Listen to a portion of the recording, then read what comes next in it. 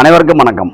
எங்கும் நிறைந்திருக்கும் குருவினர்களோடும் திருவினர்களோடும் அட்சலக்கண பദ്ധதியோட ஸ்ரீ குரு சிவகாசி காளிமுத்து ஒவ்வொரு நாள் ஒவ்வொரு விதமான அட்சலக்கண பദ്ധதியோட முறை சார்ந்த அட்சயத்தவளை பதிவிடுறது.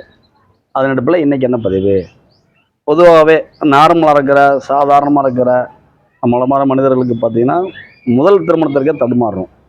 அப்படி இருக்கும் பொழுது ஒரு சிலர் பார்த்தீங்கன்னா தன்னோட இளவட்ட பருவத்தில் திருமணம் முடிஞ்ச புதுசில் மனைவியோட கருத்து வேறுபாடு ஏற்பட்டு பிரிஞ்சிடுறாங்க. அப்படி பிரிஞ்சுட்டு இரண்டாம் தாரம் திருமணம் அப்படின்னு போகும் பொழுது அந்த இரண்டாம் தார வாழ்க்கைக்காக திருமணம் தேடும் பொழுது ரொம்ப மன விரக்தி ஆகிடுவாங்க.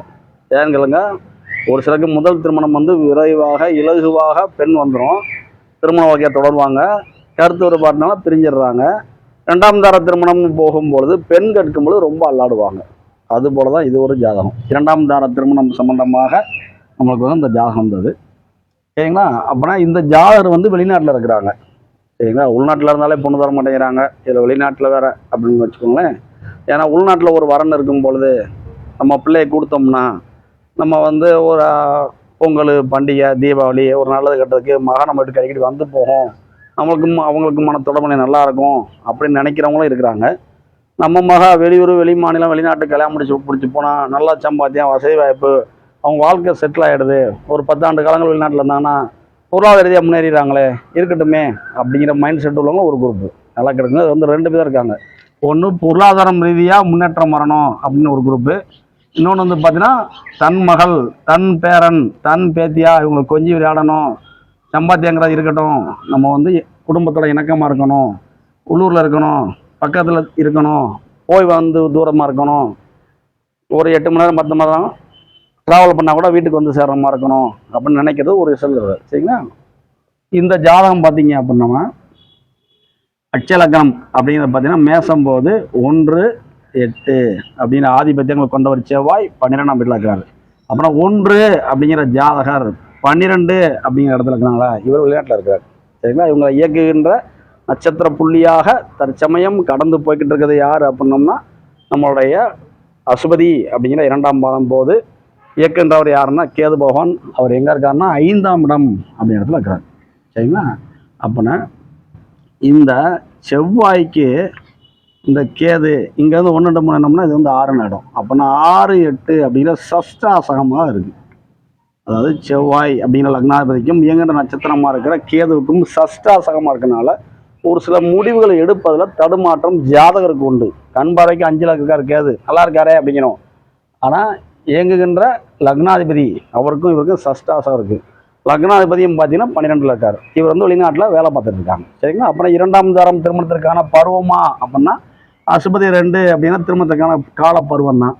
அப்படின்னா 2ஆம் தாரம் திருமணம் அப்படின்னா அட்சய லக்னத்திற்கு 11ஆம் இடம் அப்படிங்கிறது 2ஆம் தாரத்தை குறிக்கும். அப்படின்னா 11ஆம் அதிபதி யாராக இருக்கிறாங்க அப்படின்னா இங்கே கும்பமாக இருக்குது. அப்படின்னா சனி பகவான். அந்த சனி பகவான் எங்கே இருக்கிறாரு?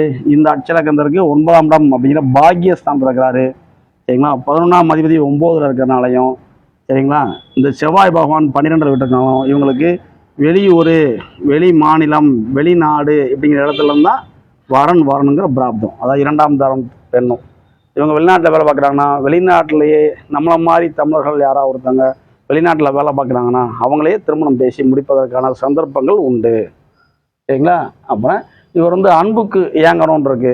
ஏன் அப்படின்னோம்னா அட்சலக்கணத்திற்கு 5 அப்படிங்கிற இடத்துல ஜாதகர் இருக்கிறனால ஜாதகர் அளவுக்கு அதிகமான மன எண்ணங்களை வெளிப்படுத்தணும், அன்பு நேசம் பண்பு பாசம்பம்ல அதை வெளிப்படுத்துங்கிற கடத்தில் இருக்கிறாங்க. சரிங்களா? அப்படி இருக்கிறப்ப இந்த லக்னாதிபதியாக இருக்கிற நம்மளுடைய செவ்வாய்க்கும் சரிங்களா 11ஆம் அதிபதியாக வீட்டிருக்கின்ற நம்மளுடைய சனி பகவானுக்கும் உள்ள தொடர்பு நிலையை பார்க்கும் பொழுது செவ்வாயிலேருந்து இப்படி ஒன்றுன்னா இது 10 வந்துடும். அப்புறம் இந்த ஜாதகருக்கு 2ஆம் தாரத்து மனைவி 1 10 ஆகிறதுனால 2ஆம் தாரத்து மனைவி யார் வந்தாலும் ஒரு மன அழுத்தம் இருக்கும். அது இப்படி என்ன மன அழுத்தம்?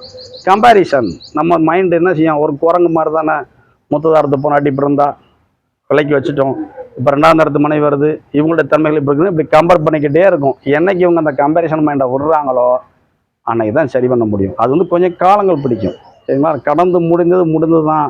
முதல் மனைவி விட்டு விலகி போயிட்டாங்க அப்படின்னா அவங்களுடைய எண்ணங்கள் சிந்தனைகள் எல்லாத்தையும் அப்படியே அழிச்சிடணும்.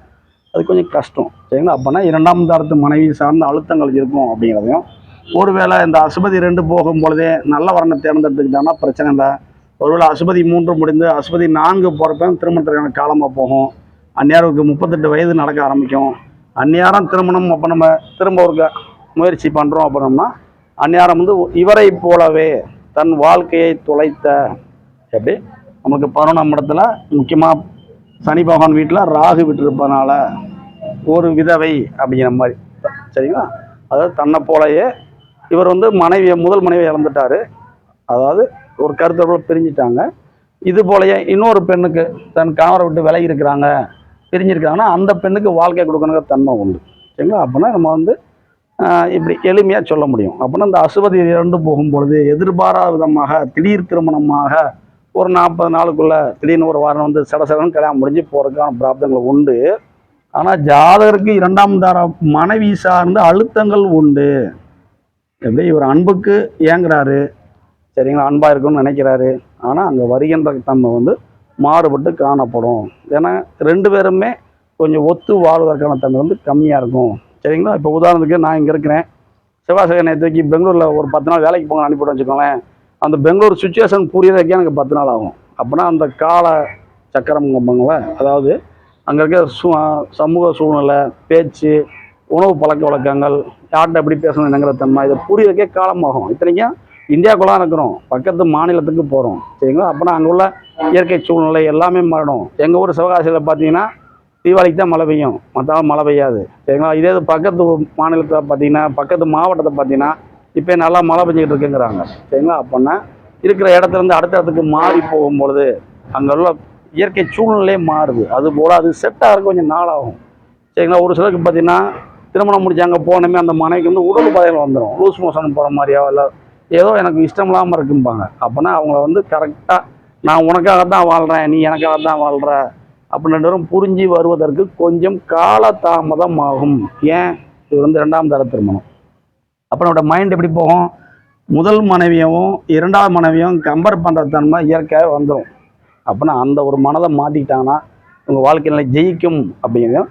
இப்போ திருமணத்திற்கு உகந்த காலமாக போகிறனால திருமணம் சார்ந்த விஷயத்தில் எந்த தடைகளும் இல்லை அப்படிங்கிறதுனாலையும் இவர் வந்து திருமணத்தை வந்து அழகாக செயல்படுத்தி கொண்டு போகலாம் அப்படின்னு சொல்ல முடியுது. ஒருவேளை இவர் வெளிநாட்டில் இல்லாமல் நம்ம இந்தியாவுக்குள்ளே இருந்தார், இல்லை சொந்த மாவட்டத்துக்குள்ளே இருந்தார் அப்படின்னா 8ஆம் ஆதிபத்தியம் பெற்ற செவ்வாய் 12 வீட்டில் இருக்கனால அளவுக்கு அதிகமான விரயங்கள் ஏற்பட்டு சரிங்களா தலைவர் உறக்கம் இல்லாமல் கஷ்டப்படணுன்றது சரிங்களா. அதனால் இவர் தற்காலிகமாக வெளிநாட்டில் இருக்கிறாரு, வெளிநாட்டில் வேலை பார்க்குறாரு.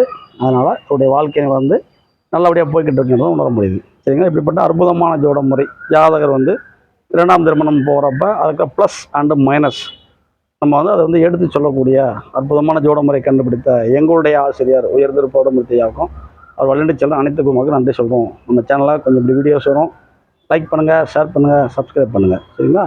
நன்றி, வாழ்க வளமுடன்.